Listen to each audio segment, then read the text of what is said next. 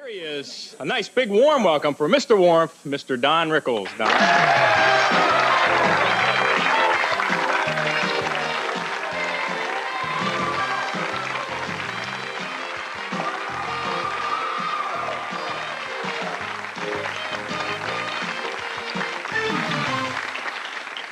Thank you, Don, for being here. I'm truly a fan. I love what you do, and what is it that you do exactly? Well, to be very honest, I come over here, I happen to be standing on the boulevard, and a guy grabbed me and said, come on in a couple of minutes. There's some guy that's on at 10 in the morning in Iowa, 3 in the afternoon in Duluth, and 7:30 in Yokohama. So I said, I'll kill a half hour. Now, since this is our show about do you remember your first big break? This is what did it for me. I've been on a lot of shows, Will, and I've seen a lot of sets. Chip in.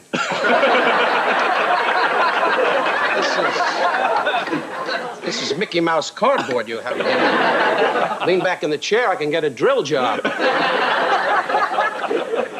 My first big break, I had a lot of opportunities in my career. You know, you guys came out of college, you were in Indiana with a harmonica and you got hot, you know. And your father, rest his soul, left you a great heritage, and unfortunately you didn't pick it up. But I came from nowhere. I started in a lot of joints, as they say in those days. There were no improvs, and it was tough. But my biggest opportunity, I think, came in Florida. It first started in a place called Murray Franklin's. A guy called Murray Franklin gave me a big break there, and people started coming and see me. And then I came to California with a lot of stops in between. I don't want to tell you my whole life story because the crowd will get emotional. And the sets would be changing. And I heard some of the jokes you used, so why compete with a real funny guy? I love the senior citizens in the front. No napping. Two of the ladies were nodding off during this one. Well, God bless you, ladies. Good to see you. And the other woman's seeing if she got rolled. But now, wait, no, you went on. Wasn't the Tonight Show a big break for you at some point? Yeah, I gave Carson a shot in the arm, and no, Johnny was very influential in helping me. Some 25 years ago, I went on his show in New York, and he had seen me in a place called the Elegant, where I started in Brooklyn, and his people had me on the show, and from there, I just became very, very big, and now as things slow down, I'm here. Fighting to get back on top. No, but the Carson show was a great influence, a great help to me. Where did you develop, though, the style that you used, what would you call it? Meeting guys like you. Guys that annoyed me. You know what I mean? People with your kind of personality. Midwest, Wonder Bread, you know, with bologna, you know. Just sitting around in the living room in your underwear saying to the wife, why not? I don't know what that means, but I got that style talking to the audience. I really didn't have an act. I used to do like that young man at the beginning of the show. You know, I used to do, he did Ethel Merman badly. But I did Clark Gable and Barry Fitzgerald and all these different people, and I told bad jokes. I could never tell a joke, and suddenly I started to talk to the audience, and from there, things started to get better. It was dangerous in those days, and I made fun of people and what their backgrounds were, and I used to have a fast bike, Red Cross, and my mother outside saying, he's a wonderful boy. All the audience keeps looking up. Is there a bird loose in here? Oh, they're looking at the monitors. I didn't know that. I said, the whole audience is like this. I thought we're at an airport, and I'm Lindbergh. But, what advice would you have for a young comedian wanting to get a good job, a good day job in a store, and forget about it. I think you know that, Will, with your success, too, being a young man in the business and very successful. I think the best advice is you have to really be dedicated. That was very sincere. Yes, it was. Now we'll get back to honesty. You stink. I like that. I'll tell you what you like. Anyway, there's no voting, Will. Just listen to what I say, okay? Read the notes and find out who I am and why I'm here.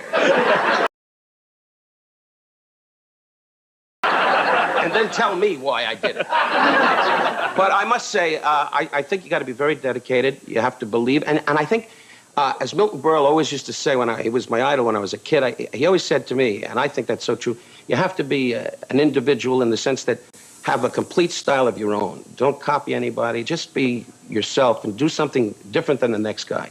And I think you got a very good chance. Yeah, so setting yourself apart helps I think so. I think if you're just another guy that tells a joke, like anybody else, you're in a rat race. But if you're different, as you're different. All right, we'll take a break and continue our show on the Big Break with more of Don Rickles and a whole lot more show right after this. Come on back. We're talking with Don Rickles, and now, besides being a fine comedian, you're a fine actor. You graduated from the American Academy of Dramatic Arts with some of the biggies, Anne Bancroft, Grace Kelly, Jason Robards, a list of them. And all of them, when they hear my name, they go, But I enjoy when you were in Kelly's Heroes and Run Silent. Yeah, Clint Eastwood. It was great working with Clint. That's like being alone. Clint's a great guy, but his idea of fun is a can of beer and a pickup truck and watching his dog get sick. And Tully Savalas in those days was single and was in constant heat with a cape. And he was running around, and Donald Sutherland, and we were there for 6 months in Yugoslavia. Have you ever been to Yugoslavia? No. Well, they should have bombed it. Anyway, no, in those days it was very difficult. The location, out in the woods and so forth, and Clint loved that. I'm used to marble toilets and all these other guys, give them a barrel and a sign and they're happy, Now, will you ever go back and act some more?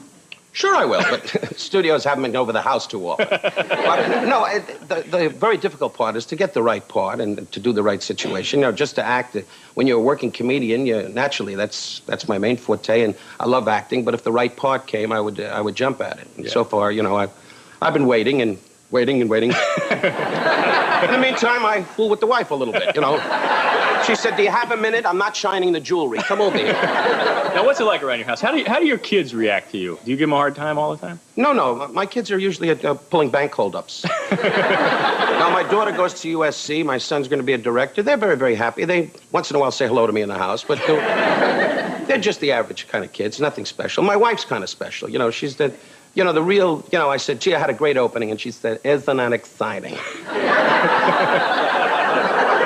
I mean, you throw dirt on her and she'll refuse to die. She won't know what's just a quiet, laid-back woman. On the wedding night, she just went, "Is that about it?"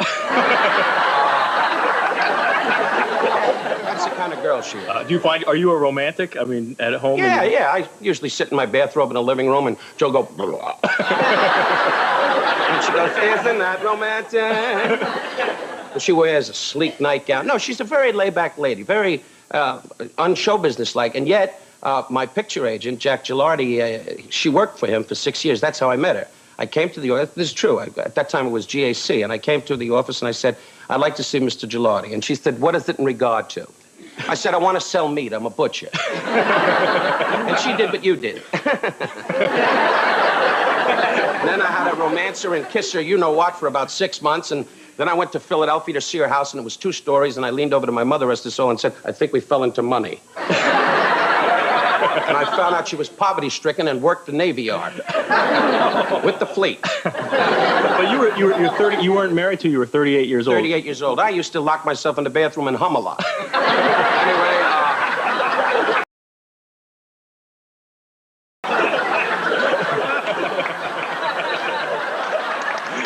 Now they know what you're talking about. Yeah, I was 38. Well, I went out with a lot of girls. Satunya and her snake, Sally and her bird, Louisa and the scorpion. And those guys worked in strip joints many, many years ago. And those are the kind of people I met, And I always fell in love with a singer. If I worked with a singer, a girl singer, I always immediately, boom, that was it for me. So when I met my wife, I said, "Do you sing, hum, or dance?" She said, "No." I said, "Definitely we'll be married." Because I don't need no time. And I don't get up in the morning and think of show business like some guys get up in the morning, and it's all show business. I don't. I get up in the morning and say, "I'm up." Just look around, and I have a big estate with hunting dogs. It takes a lot of years. You won't have it with this show, I assure you. We're talking about big breaks. A lot of wonderful people, like Mr. Rickles. I'm trying to be nice to this guy. I don't want him to get on in. I know he's sitting there quietly behaving himself. The way you talk, I wouldn't start with you. And, Except when Don was on. Except when Don was on the other time, yeah. Except when Don was on. Pass him down till somebody gets him. Yeah, that was Don, when Don sang, I've been away from you a long time. I remember that. Yeah. I'm sorry, honey. Hey. I don't want to be a tenor, Daddy. Gosh, Swanee, sing it. Get up, Al. It's over. I want to be a jazz singer. Get on with it, huh, Bill? I'm sorry. As long as you I get take carried it longer, we away. got to sit here, and he and I are going bad on this couch. A lot of homie going on around here. This couch. Call the Board of Health. There's something coming out. So, anyway, this is a scene. Oh, wait, that's the movie you watch about 3 in the morning. You know, That's the one. When the wife's in a coma. Now, what do Because you want to see Leslie Ann Warren. Leslie Ann Warren, and what do you play in this? I play Leslie Ann. I play Leslie Ann Warren. Quite well, in fact. I play a drunken, dope addict country singer who's probably an expert. Shut up, Rickles. You're lying, you bum. That's your life. That's your life. It's my scam. Come Your on. life. Your life. You gave us that. You don't touch it, and all your. I play a drunk and an alcoholic, and I'm sniffing dope, and wow, what a movie. What an actor. You know, it's one of those things. Never let it end. So tell us what we're going to see in this Snap scene. at him. I guess luck plays a lot into it. I guess in your case, Don, luck was a big No, it factor. wasn't luck. I worked darn hard to get where I am. I resent that. What the hell's the matter with you? Luck. Wasn't luck. I always had talent. Nobody ever watched. What do you know about it? You're getting on my nerves. I didn't want to be on this show. Now it's luck.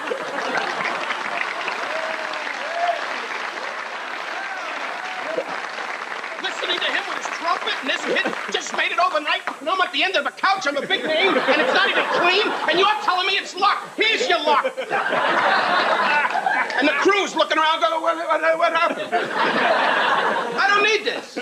It wasn't luck. It was hard work. I skyrocketed with hard work. Not like him in the Holiday Inn. And I'm going to tell those people you don't like their place. I met a lot of broads in the Holiday Inn. There's nothing wrong with it. Well, I was great. I used to just stand by the door and say, now what do I do? Anyway. But you had it. You know, you've had. But you. I know I'm a Jew. You don't have to remind me. I said I'm a Jew, and 3 guys went, is that one of them over there? Anyway. But you've had your ups, you've had your downs. How do you deal with those? That's a very clever statement. You've had your ups, you've had your downs, you've had your ups. What am I, a merry-go-round? Of course I have my ups and downs. But how do you deal with the downtimes? I go on shows like this to pick myself up. When I'm down, I get in the room, turn on the gas, and leave a note for the wife. Find me fast. This show's going to turn it around for you, I It predict. better will, otherwise you're going to look funny back in Indiana swallowing a harmonica. All right. Because this show is a bomb. I'm a friend. This show isn't going to make it. The whole crew keeps saying, Will's dynamite. I was backstage and heard the real whispers. How is he going to stay on? I'm a friend. With the funny glasses and the Wonder Bread face. Nobody knows what you are. You're not Italian, you're not Jewish, you're not Irish, you're nothing. You must take a bath and the water runs up. You're nothing. Billy's being nice, and Don, snap out of it. Anyway, Don don't believe he's got on this show. He was just hanging around in the street going, hey, who took my car? Somebody took my car. Hey, that ain't bad. You do that on Are you kidding? I hung around with Boom Boom Mancini a lot of years. And he's an actor, so you know that I have a skyrocketing chance. No, you'll be great. You ought to do Hamlet.